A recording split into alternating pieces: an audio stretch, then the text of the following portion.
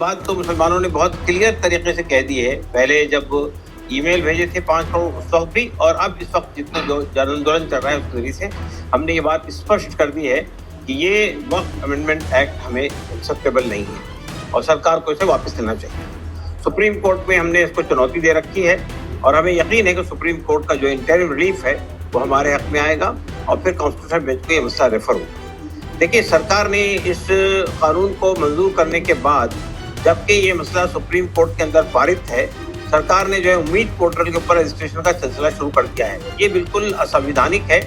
जब एक कानून को सुप्रीम कोर्ट में चुनौती दे रखी है और केस पेंडिंग है, तो उस मौके पर उस कानून को नाफिज करने के लिए, उसे जारी करने के लिए, उसे लागू करने के लिए जिस तेजी का मुजाहरा किया जा रहा है, जिस तरह से बहुत तेजी के साथ भागा जा रहा है, यह गलत है और सरकार को ये इस तरह का काम नहीं करना चाहिए।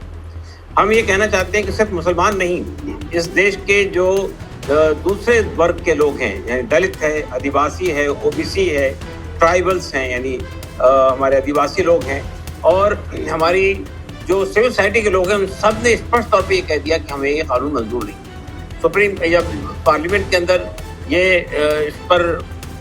बहस हो रही थी, तो उस मौके पर पूरी अपोजिशन पार्टियां एक तरफ थी और सरकार एक तरफ थी। इसका मतलब ये है कि पूरी अपोजिशन पार्टियां हमारे साथ खड़ी हुई हैं और इसी वजह से हम ये कहते हैं कि इस देश का जो सामाजिक वर्ग है, उसकी मेजॉरिटी जो है वो मुस्लिम पक्ष के साथ खड़ी हुई है। और हमारा मानना ये है कि ये सिर्फ वक्फ एक्ट में तरमीम नहीं की गई है, बल्कि रास्ता खोला गया है या संवैधानिक तरीके से जितने लोगों के धार्मिक स्थल है, चाहे वो बुद्ध विहार हों, चाहे वो गुरुद्वारे हों, चाहे वो चर्चेज हों, ये सब पर हमला किया जाएगा। और हम ये कहना चाहते हैं कि खुद हिंदुओं के भी धार्मिक स्थल नहीं बचेंगे। देखिए, सरकार अडानी और अंबानी और इनके जो कारपोरेट वर्ल्ड के लोग हैं, उनको फेवर करने के लिए ये तमाम संपत्ति को छीनना चाहते हैं। तो हम इसके विरोध में खड़े हैं और अब उस वक्त तक हमारा आंदोलन जारी रहेगा जब तक कि ये कानून वापस नहीं आता।